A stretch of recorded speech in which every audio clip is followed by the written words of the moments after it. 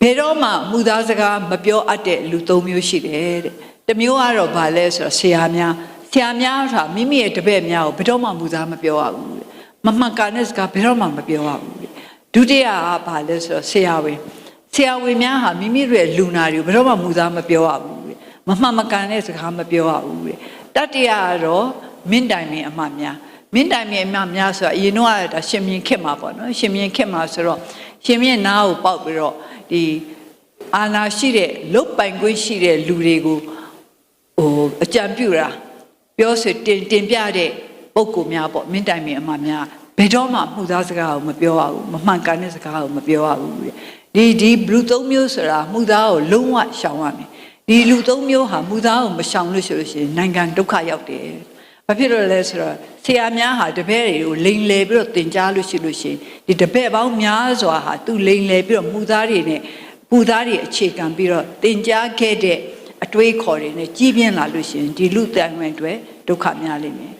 ဆရာဝန်များဟာကိုယ့်ရဲ့လူနာများကိုလှည့်ပြားပြီးတော့တနာလိုပဲဖြစ်ဖြစ်လှည့်ပြားပြီးတော့ဒါမှမဟုတ်ပေါ့ချလိုပဲဖြစ်ဖြစ်လှည့်ပြားပြီးတော့မှုသားပြောလို့ရှိရင်လည်းဒီ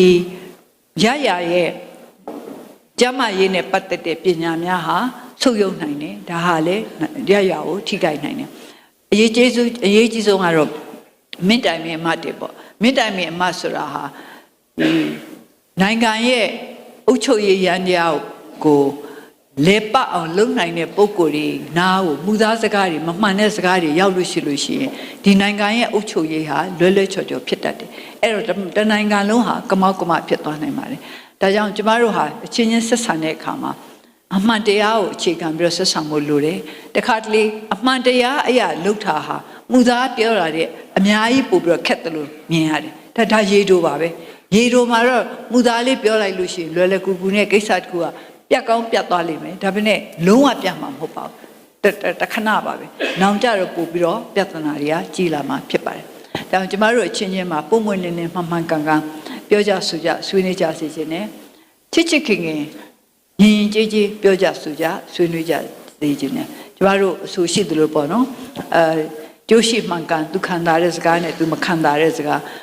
ကိစ္စတစ်ခုကမှန်ပင်မဲ့လေဘလူတွဲမှာအကျိုးမရှိရင်မပြောတာပဲကောင်းတယ်ပြောလိုက်လို့ဘလူတွဲမှာအကျိုးမရှိဘူးမှန်ရင်လည်းမှန်မယ်လေဥမာပေါ့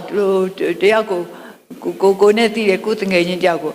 မင်းနှာခေါင်းရအင်တာရုပ်ဆိုးတာပဲဆိုမှန်ရင်မှန်မယ်အဲ့လိုပြောလိုက်တော့ဘလူတွဲအကျိုးရှိတယ်ဟိုကပြောခံရတယ်လို့စိတ်ဆိုးသွားမယ်ကိုမိတ်ပြတ်သွားမယ်ဒါပို့ပြီးတော့ဒေါသတွေဖြစ်သွားတယ်အဲ့တော့မှန်တိုင်းလည်းပြောဖို့မလိုမပြောသင့်ဘူးဘာအကျိုးမှမရှိဘူး